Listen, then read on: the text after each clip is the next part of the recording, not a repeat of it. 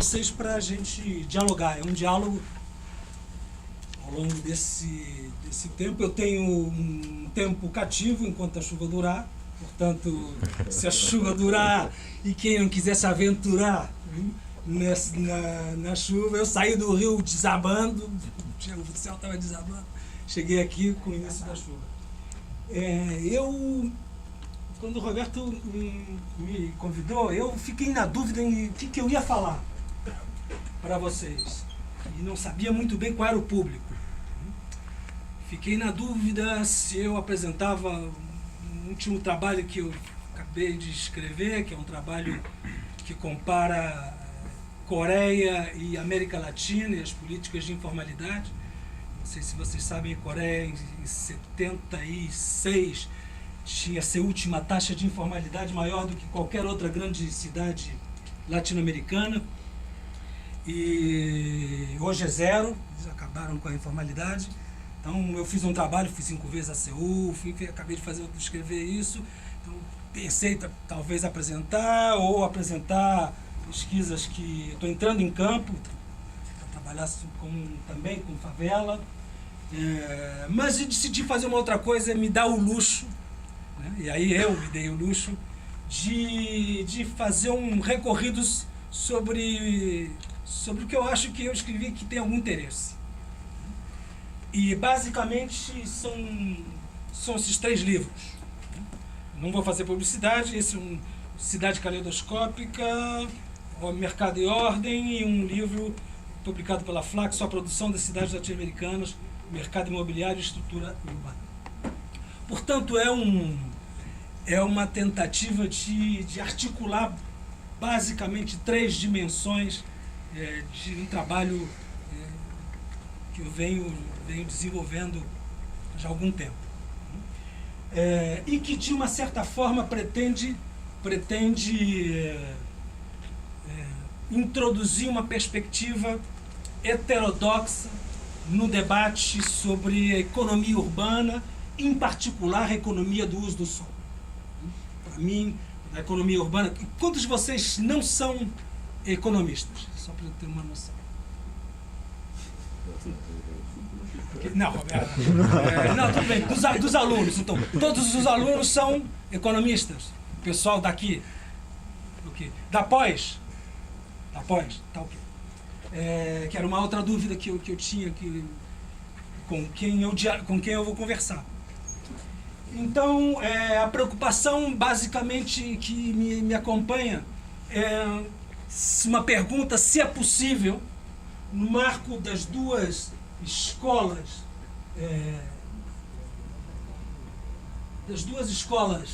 paradigmáticas da economia urbana, se é possível introduzir uma perspectiva de mediação ou uma perspectiva heterodoxa.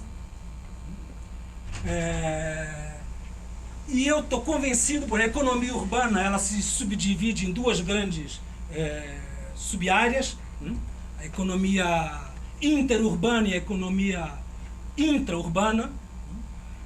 Digamos que a minha percepção que o corpo teórico duro da economia neoclássica ela está na economia intraurbana. É na economia intraurbana que se desenvolve um modelo, digamos, de interpretação basicamente walrasiano-tuneniano, que é o núcleo duro da reflexão do mercado, seu mecanismo de alocação eficiente do principal recurso escasso da cidade. O principal recurso escasso da cidade qual é? Solo. Portanto, o mercado de solo urbano é um mecanismo que opera a alocação eficiente desse recurso escasso que é solo urbano. E, portanto, o resultado do uso do solo urbano, o resultado agregado do uso do solo urbano é a produção de uma estrutura de cidade. E se o mercado funciona de uma forma mais ou menos livre, e se as externalidades e os fatores que dificultam os processos de equilibragem walrasianos não criam dissonâncias, falhas de mercado, se produz um equilíbrio espacial urbano eficiente. Portanto, que concilia o bem-estar individual e o uso eficiente do principal recurso escasso da cidade, que é solo urbano.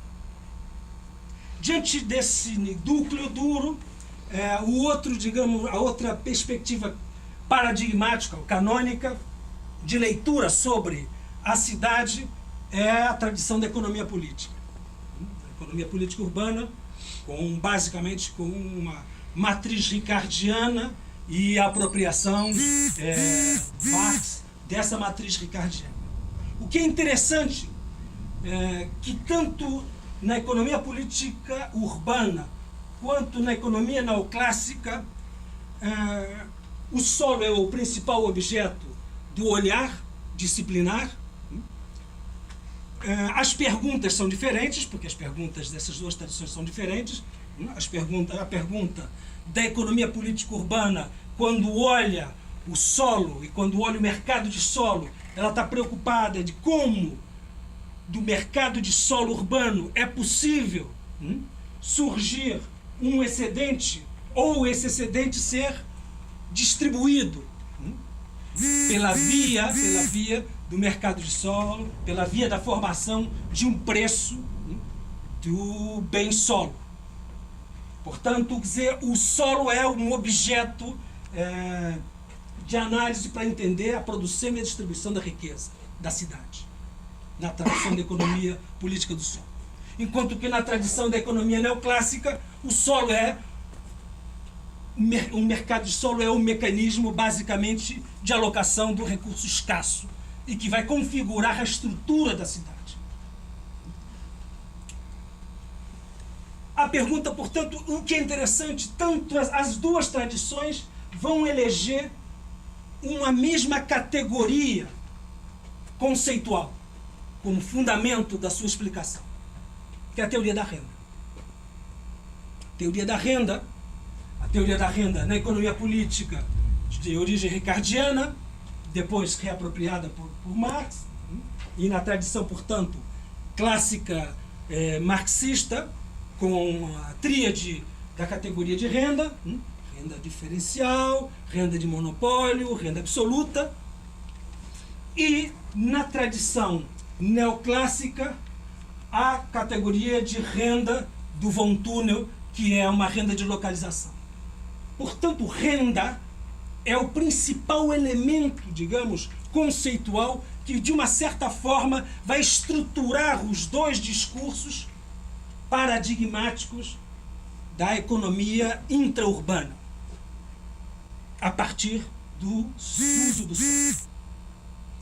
Portanto, a minha pergunta é possível, ao olhar o solo desde uma perspectiva disciplinar da economia, ter uma inteligibilidade que não seja estrito sensu da economia política